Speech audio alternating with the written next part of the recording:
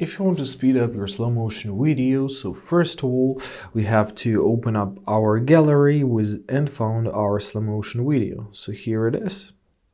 Looks like this, like a classical slow motion. So to edit it, locate this icon at the bottom tab and let's tap on it. So here we'll see two different lines. So we're not interested in this one. This is our preview window and this is our slow motion. So as you see, you can see a lot of different lines.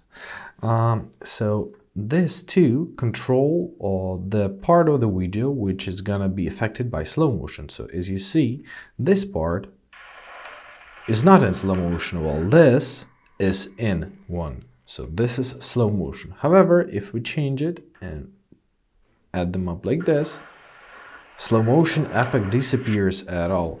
So basically that's how you do this. Now let's adjust it like somewhere like this, for example. And basically that's it. Now press done at the top right corner.